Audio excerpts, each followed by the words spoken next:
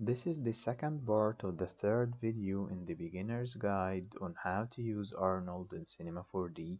I'll be covering how to make realistic shaders, so let's get started. I'll be using the same setup as the last time. So let's go ahead and open our IBR window. Head to Arnold and then choose IBR window. Now grab it and put it on the left right here. After this, let's open our materials manager. Let's make it bigger.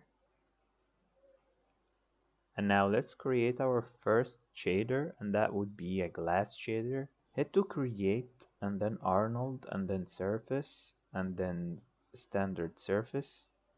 Apply the standard surface that we've just made to the sphere.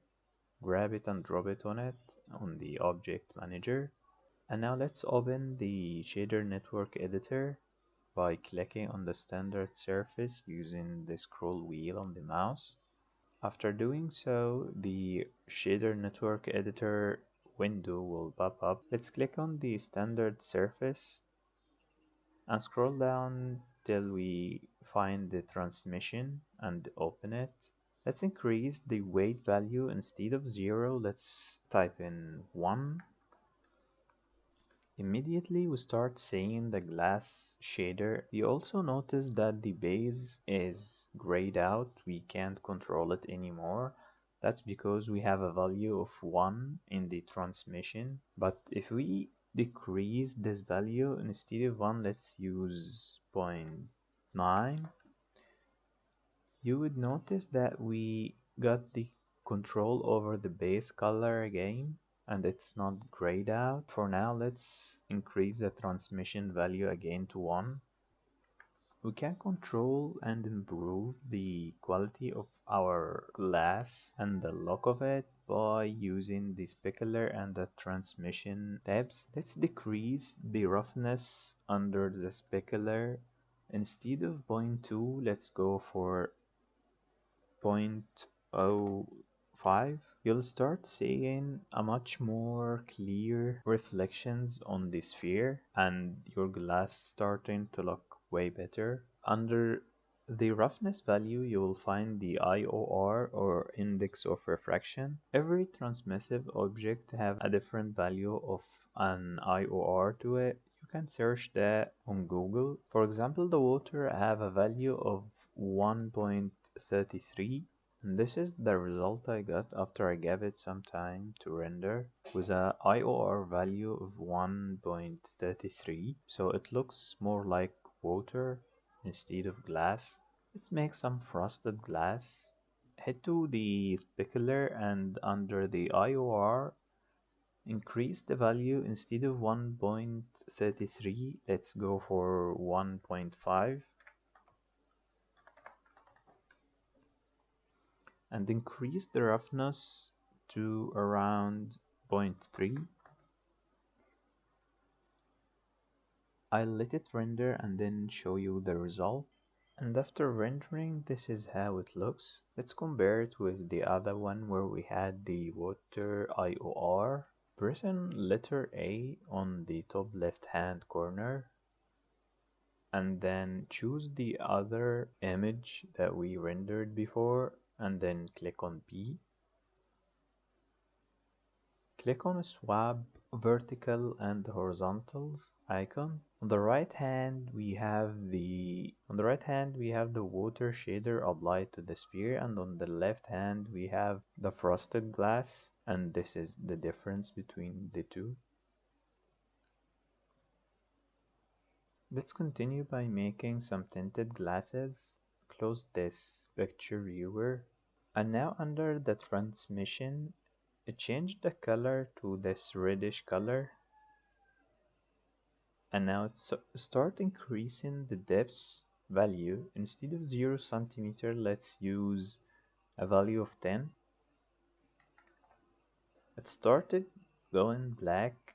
Let's increase it more to say 30. We started getting a dark red color, and that's because we have a depth of 30 and our sphere is around 50 centimeters. Let's try using 50 on depth value.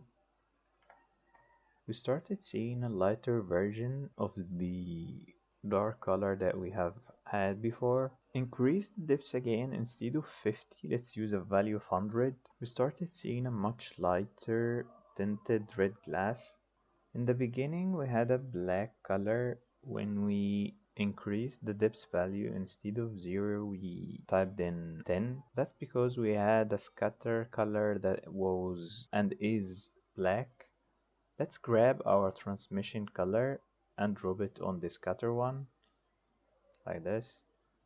You immediately start seeing much lighter version of the red color that we have. If you don't see it immediately and you notice that there is nothing happening there, try refreshing your IBR. That would be the issue. Let's decrease the depth value. Instead of 100, let's use 50. Let's try 10. As you can see, it's not totally black as it was. It's a darker version of our red color. Let's try a value of 200. And now for the roughness, let's decrease it. Instead of 0.3, let's use 0.05.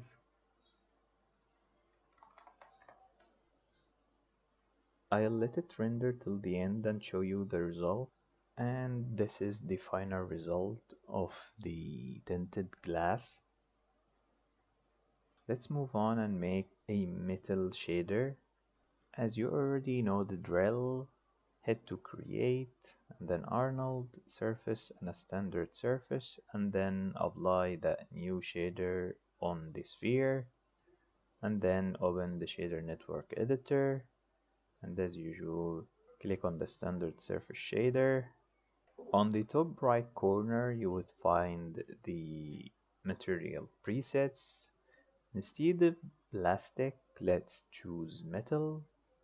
This is the first way to start using metal shaders, or you can do it manually. Let's reset everything. Instead of metal, let's go to plastic as it was. So to do it manually, under the base tab, you will find the metalness. Increase this value till you reach a value of 1.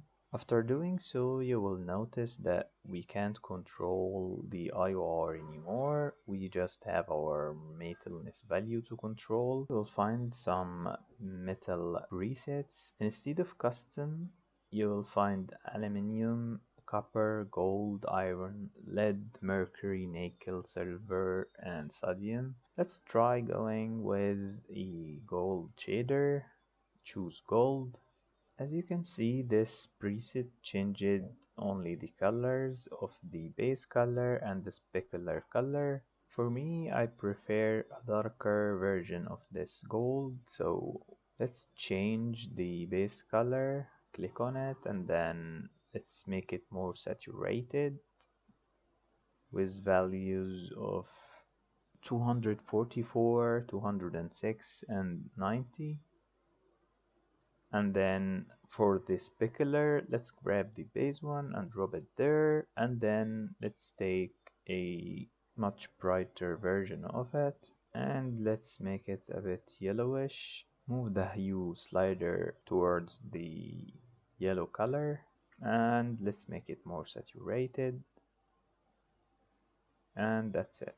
And as in the plastic shaders, we need a texture map to control the specular roughness so that we can reach that realistic looking shader that we're looking for.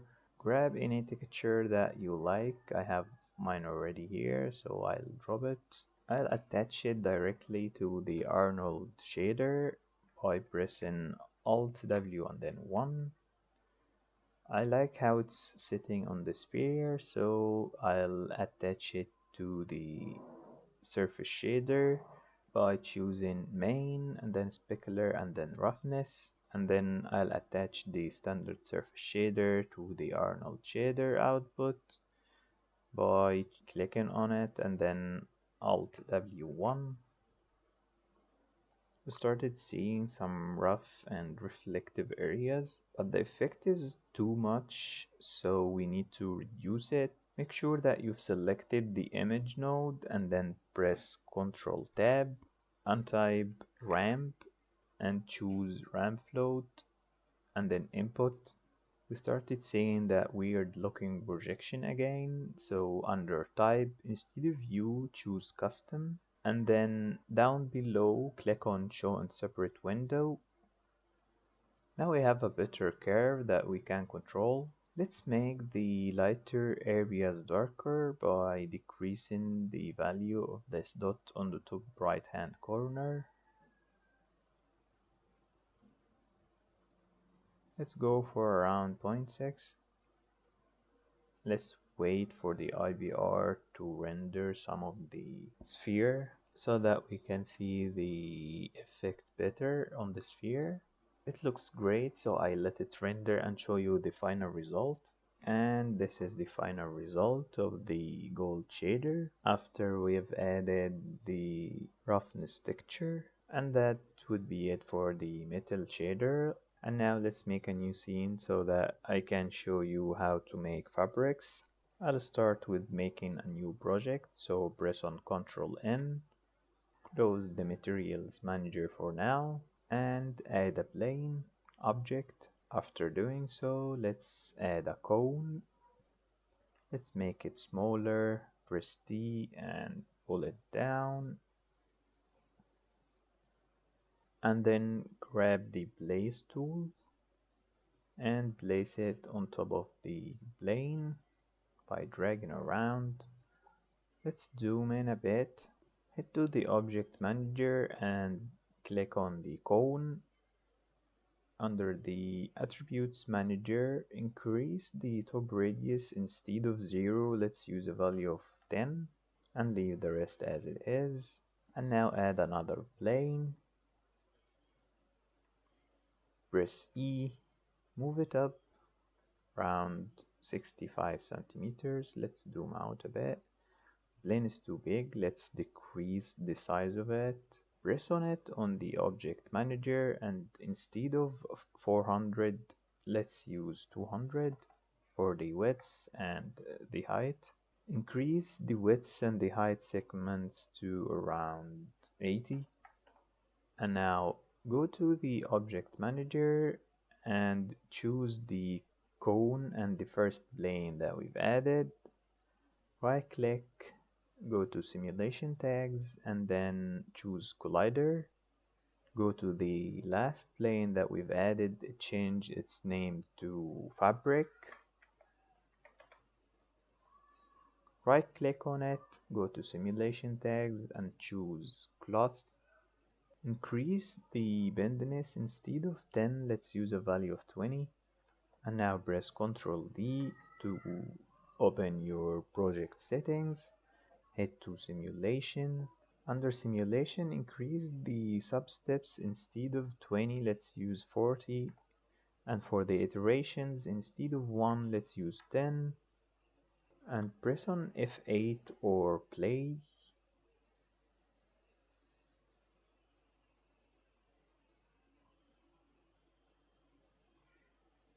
Press on F7 to stop the playhead where you feel like you have the desired look of your fabric. After doing so, head back again to the object manager and right click on the fabric and go down to current state to object.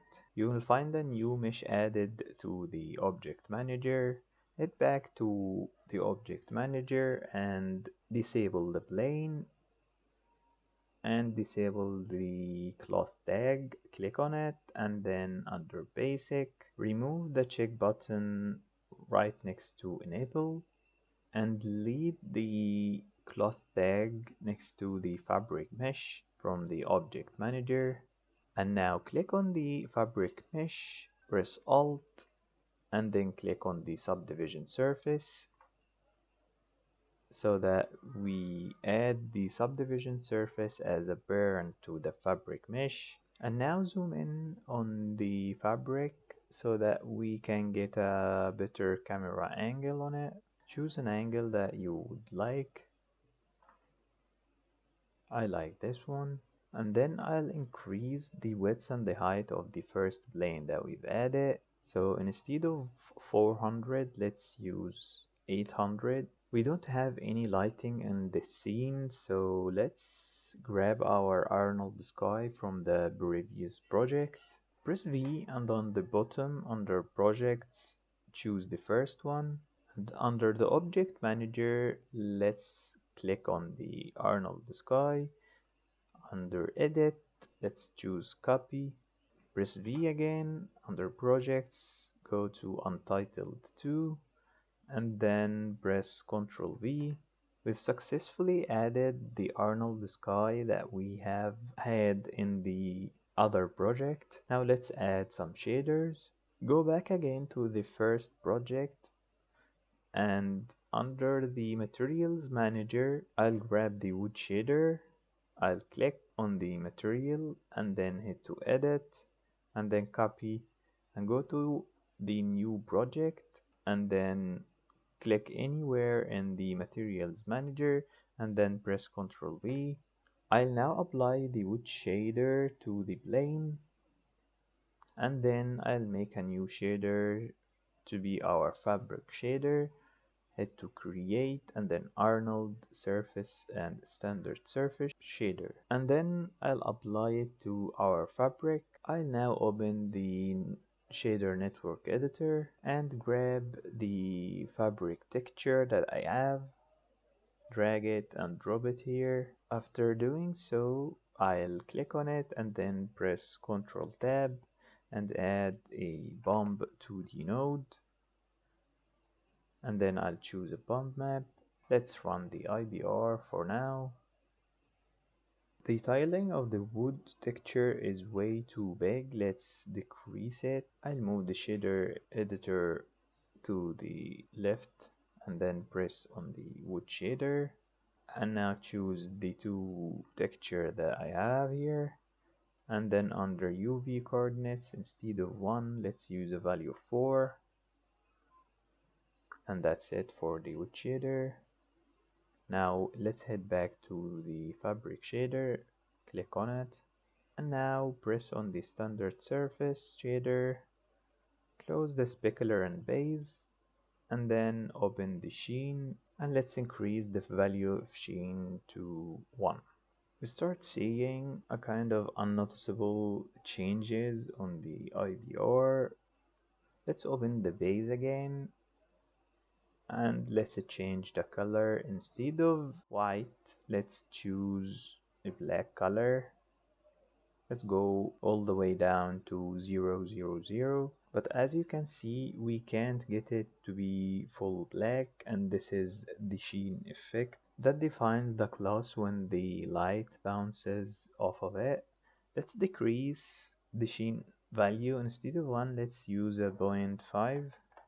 We started seeing more of the black color that we had in the base color. Let's try making it look more realistic by attaching this bump node to the main geometry and then normal. Let's zoom in a bit on the texture to see it better than this. The texture is way too big, so I need to increase the tiling. In the shader network editor, click on the image node, and under UV coordinates, instead of 1, let's use 5. After doing so, click on the standard surface shader and let's add some colors to this. Under sheen, change the color. Instead of this blue color, let's use a reddish color like this. Let's grab the same color and put it in the base color.